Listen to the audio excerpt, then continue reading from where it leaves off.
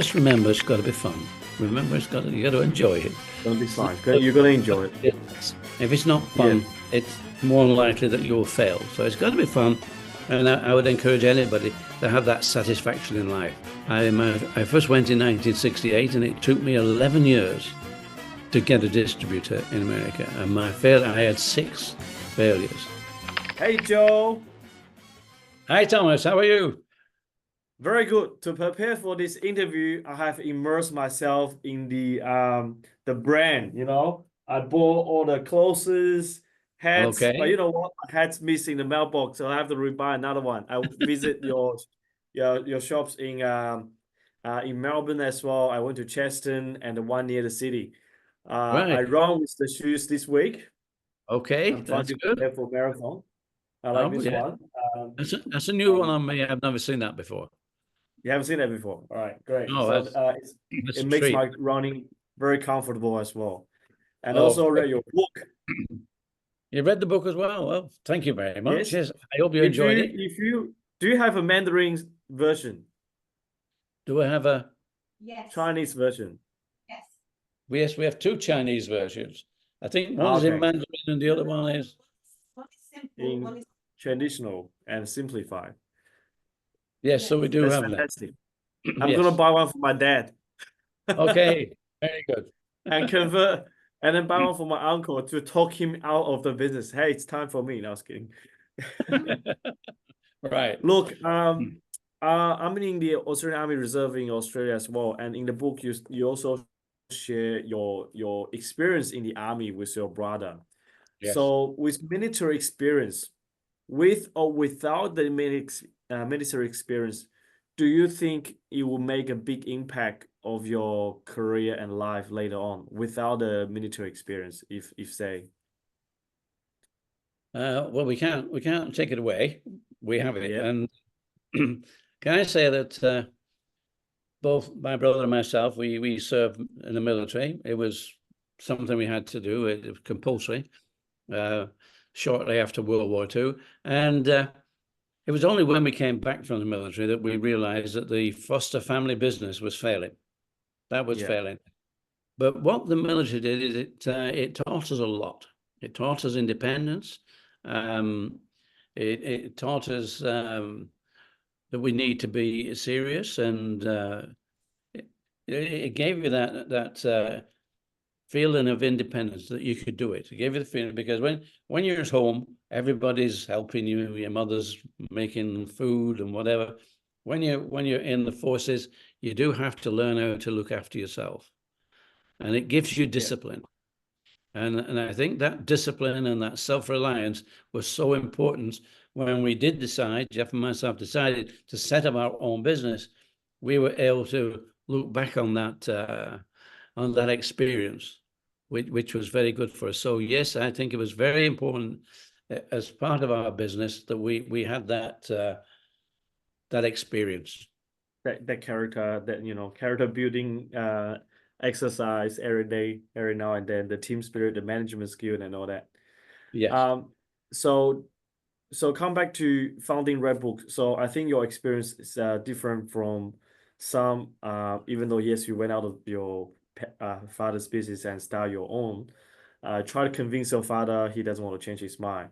So a lot of quite a few of young people nowadays, they are born in a wealthy family, and their parents have a successful rising or failing business, but it's a big empire. And I have a lot of friends like that. They try to challenge their fathers or mom who got a successful business, and their parents had the same attitude. Just tell the kids just to hold the money, don't invest, don't be an entrepreneur, don't create another business. Right. Just live on the interest and collect the rent. What's your thoughts on that? Like, would you encourage future generation to keep create more business, new ideas, take the risk, or just stay there, hold the family wealth?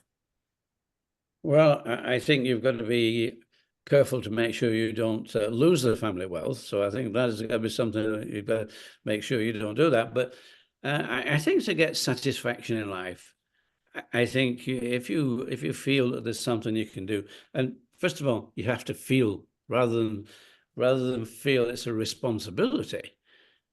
You have to feel that you want it, not as a responsibility. You want to do this, and if you want to do it, then I would encourage anybody to do it, providing they understand that what they're looking for is, well, it's a product, whatever it is, a service. They've got to enjoy doing it. It's got to be fun. If it's not fun, then it's more likely that you'll fail. So it's got to be fun. And I would encourage anybody to have that satisfaction in life of setting up their own business and doing something. Yes, I think that's what I read in your story as well. It seems like all the challenge of the market, of people's behavior, finding that white space, for you, it's more like a game. You're trying to solve the problem and think about a solution, trying to grow and scale the business. Yeah. And now the market is far more competitive than before, I felt. We have more population, the technology is evolving, and the capital is everywhere. They're trying to invest in new idea. So would you say, look, for someone, say for another young person who also want to start a shoes business, do you think it's too late for him or her to start a new brand, start a new thing? It seems like it's so hard to find a white space now. Every space being found. Well, it's never too late. And whilst I had to find white space, and you say, where's the white space now? Funnily enough, right now there are lots of different shoe brands, but sport is growing. Sport continues to grow. And to find a niche is not too difficult. It may be in pickleball. It may be in any of the sports which are just small sports now, but they're going to grow. Ever since 1958, when Jeff and myself, we set out on our own venture, and we built Reebok. We never had a recession, never. Even though many recessions went on, always sport was growing, always participation was growing. In fact, when people didn't have a job, they wanted to do some sport. And running was one of the simplest of sports. All you needed was a pair of shoes and a pair of shorts and a vest, and you could go out and run. You didn't need. I'm so busy with my life now. The only thing I can do is run. Right. Oh, that's okay. It gets you fit. It makes you think. Yeah. Find new ideas. Joe, so it seems like you always have this mindset, very solution driven and looking for hope rather than and never stop. If you tell the young entrepreneur this, the growing market, perhaps not just the shoes, but a lot more sports requirement like smartwatches, band, and all the others. So if you are 18 today, or if you're 21 today, you're gonna have another 50 years. What would you do? Would you make another brand in the sports industry, or how would you gonna make this business again? Well, probably because there's we're working with mentoring and working with 2 or 3 people who've got ideas, and they're in the sporting goods ideas, and one is a sports shoe, and in fact 2 are sports shoes. One is a sensor that will tell you when your shoes are worn. These are the things. Technology is helping put new ideas into footwear. There's one that I'm not spoken to in a while. We're using magnets for cushioning because,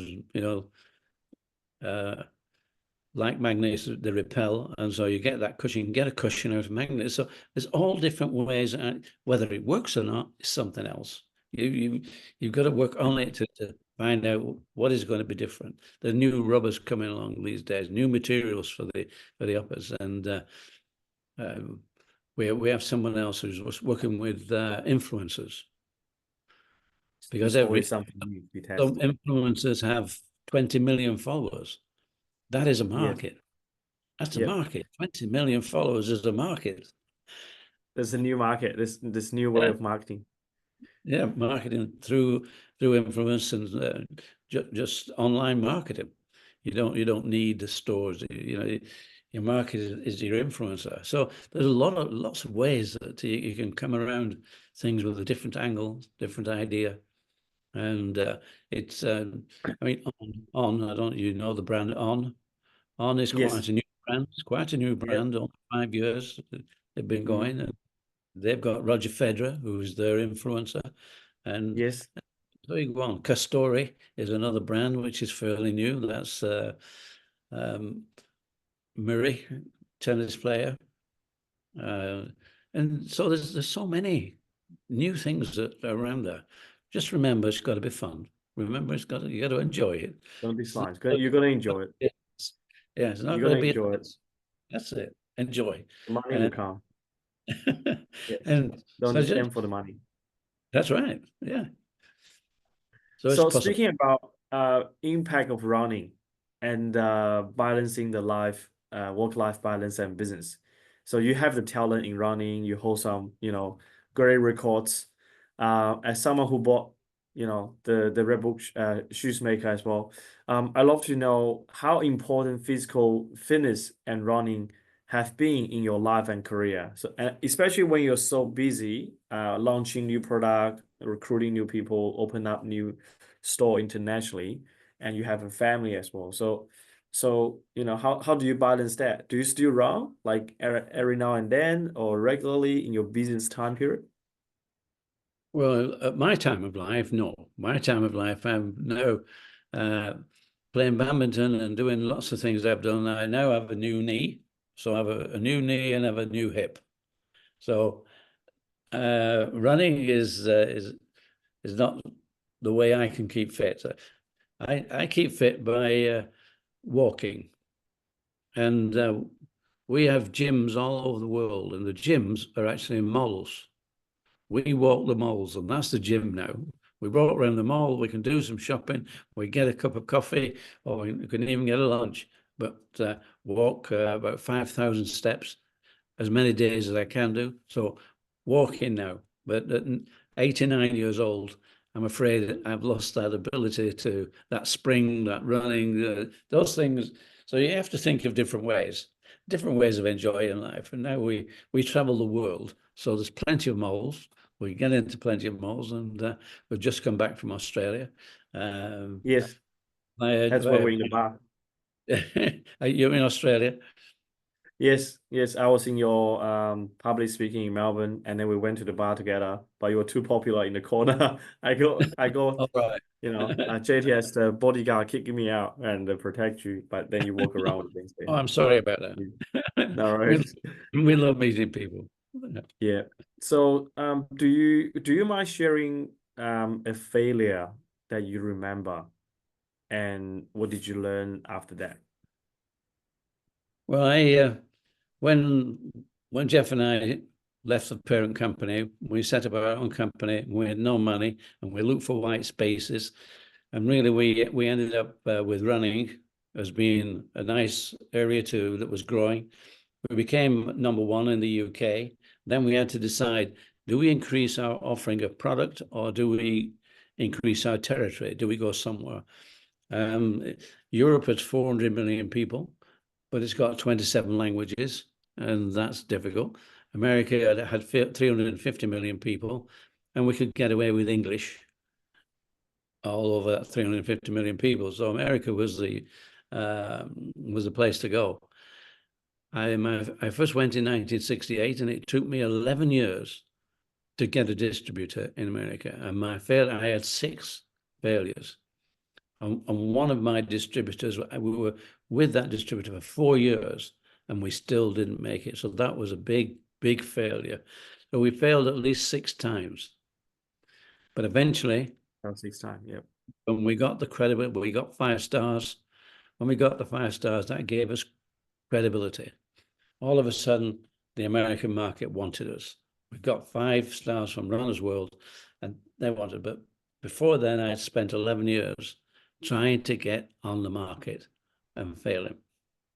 So it's so amazing to see that you didn't give up for 11 years, and you're not satisfied to be #1 just in UK. Thank you very much for your time, Joe. I really enjoy your reading. I wish I can get your signature next time. And here's my Yes, book. indeed. Let's inspire more young people to start their own business and grow. Do that. Exactly. That's perfect. You can show Thanks, them the Joe.